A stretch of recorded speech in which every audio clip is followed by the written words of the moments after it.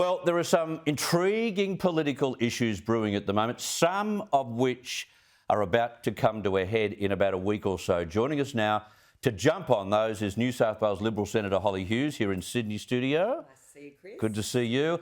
And former Labor MP Michael Danby, who I understand is in Thailand tonight. Keep clear of that foot and mouth, Michael. What's going on here? I'm well away from it. We're keeping very closely to away from the animals, I can tell you. All right, you got to dump your elephants. thongs. You've got to dump those beach thongs before you get on the plane. You know that, don't you? Absolutely. Now, the Greens are wobbling so much on climate change legislation, it's not funny. A week ago, they were not going to support Labor's emissions reductions target of 43% by 2030. Today, party leader Adam Bandt confirmed he is prepared to negotiate, but he wants no new coal and gas projects and no relaxation of climate targets, no matter whatever happens ahead. Here he is. The government is saying that they want to keep opening new coal and gas projects. There has to be an end to the approach of it's my way or the highway, otherwise it's going to be a very long 3 years. Stop rolling your eyes.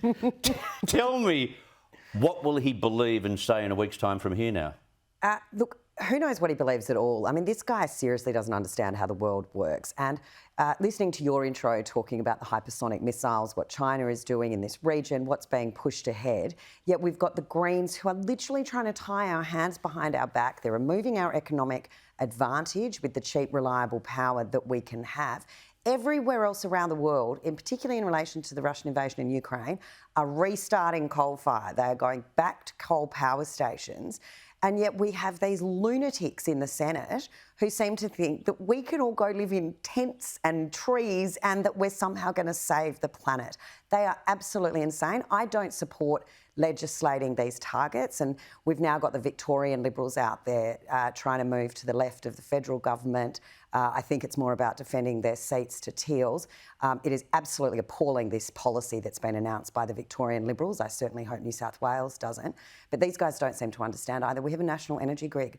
It's like we used to have that problem with rail lines, that you get to one state, yes, you'd have to jump on and get to the next train. Yeah. Well, the national energy grid is a national energy grid. Now, it doesn't encompass every state. There's a couple not in it. But for the rest of us in the East Coast, you don't get to have a Victorian grid, guys. It doesn't work that way. Exactly, it's a national grid. Michael, when are the Greens going to do their homework on what happens when coal and gas ends? Because if they want no more projects, we're going to get there quicker than what we think we're going to get there now. Like, how long will we live in the dark? Someone's got to come up with a document that tells us scientifically when we can transition, and no one's done that.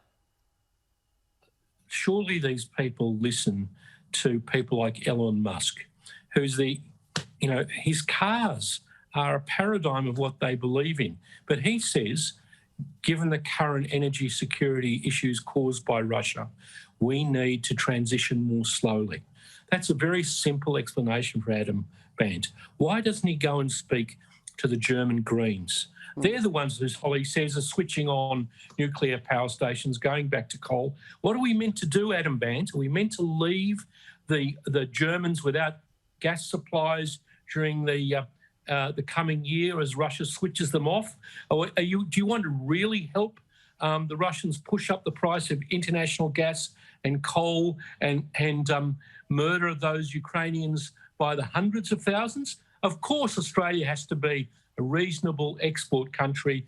If there's a possibility of us exporting LNG to Germany, I'm sure most Australians would support it in the current emergency. Well said, well said. It's not as if the German Greens are willingly and happy about what they're doing in terms of getting back to coal. It's the practical future ahead for Europe based on what's going on in Russia and what they need to do to keep the lights on. But I mean, it's also what's going to happen in Taiwan, what's going to happen in the South China Sea. We're talking about the Indo-Pacific and what's happening there. There's problems. We want to make sure that we're able to keep the power going there to supply our neighbours as well as build our military, support our country. Yeah. But, you know, maybe we put it in a picture book for this guy or something. I mean, he's just clearly... No wonder they call for the kids not to go to school. They're obviously threatened by someone who can read past a grade 3 level. Oh, that's a good line. Embarrassing. I want to ask about Peter Dutton. There he was, Michael, today on Sky News, surprisingly defending the amount of travel the PM has undertaken in his first 2 months, which contradicts the position of several members of the coalition. I got to say, Michael, we've got to move on. There are bigger things to focus on right now, including what's going to happen into this very weird configuration in the Senate. That's the game now. Forget about where he's been and whether he should have gone there. Look, he's got to stay home now, but Dutton supports him at these international conferences taking on China, which has been the main basic game that both Wong and he have done surprisingly well. So I give Dutton a tick for being a smart person, not being too parochial. And look, I think the message from the general public and from you in the media is, Albo, stay home and deal with these problems. Perhaps you can explain to the poor old Greens that company tax and resource rent tax from all of these huge energy projects we have helps pay for social security and education and the NDIS. The spot price of coal, I just looked at it before the program, is $393 a tonne. Do these poor dumb Greens want to sort of have no revenue to fund all of the worthy schemes that the great country Australia funds? That's exactly right. These are the questions they should be asked on the programs that they appear on. Now, I've heard some odd things from Jacinda Ardern, New Zealand Prime Minister, before, but this weekend she's outdone herself. She's played down the idea that the war in Ukraine is a case of Russia versus the West. Here she was.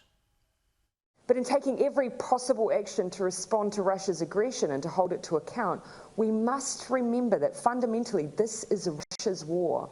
Let us not otherwise characterise this as a war of the West versus Russia, or democracy versus autocracy.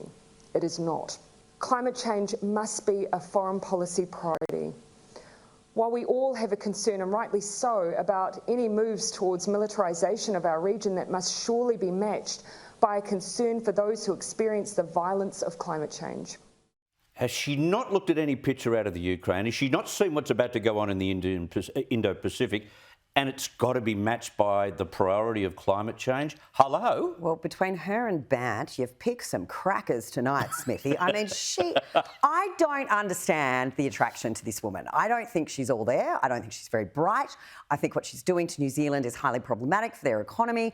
I just don't know why anyone gives her so much attention or weight as to what she says. This is insane. What is going to happen if China invades Taiwan? What does she think we're all going to do then? What happens if China ends up, Papua New Guinea is 4 kilometres from our borders. What does she think everyone's going to be worried about then? It's not going to be whether or not everyone's sitting around kumbaya, patting themselves on the back because they've legislated ridiculous emissions that, at the end of the day, from both New Zealand and Australia's impact, are going to make zero difference, while China powers ahead to take us on potentially. Can we just leave her alone? Exactly. Leave her in New Zealand. Let's not talk to her anymore. Michael Denby, if we can't change the weather, as we know from the chief scientist, we cannot, no matter what we do. Well, where does that leave New Zealand? Look, Jacinda should get on a plane to Kiev and go and tell Vladimir Zelensky and the poor murdered babushkas in every town and city in Ukraine that their pain is not as big as her pain. Her virtue signalling about climate change is more important than the actual war of people who want to live the same as us, Chris. The Ukrainians, I've been there, want to be a modern democratic European state. They don't want to live under the Russian boot. And I'm sorry, what's happening there, you can see it on your television screens, Jacinda. It's worse than the violence of climate change at the moment. Now, of course, all reasonable people want to make a transition to renewable energy. But frankly, those comparisons that she made are wrong, morally wrong, ethically wrong. And I can tell her, go and speak to Ukrainian, they would say democracy is better than autocracy. And that's what it's all really about. Well said. Maybe she should go there. She's one of the few leaders who haven't gone to Ukraine. But you're right, Michael. That's exactly where she should be going. Thank you very much. Enjoy your time in Thailand. And obviously it's business, not pleasure, Michael, is it? Oh, it's absolutely business, and I'll burn my thongs. I'll remember that. Not the ones I wear on my bum, the ones on my feet. Well, there's a vision for us all for There's the an week. image. Thank you, Michael. We can't get rid of that. Hollie Thanks, Hughes, thank you Chris. very much for coming in.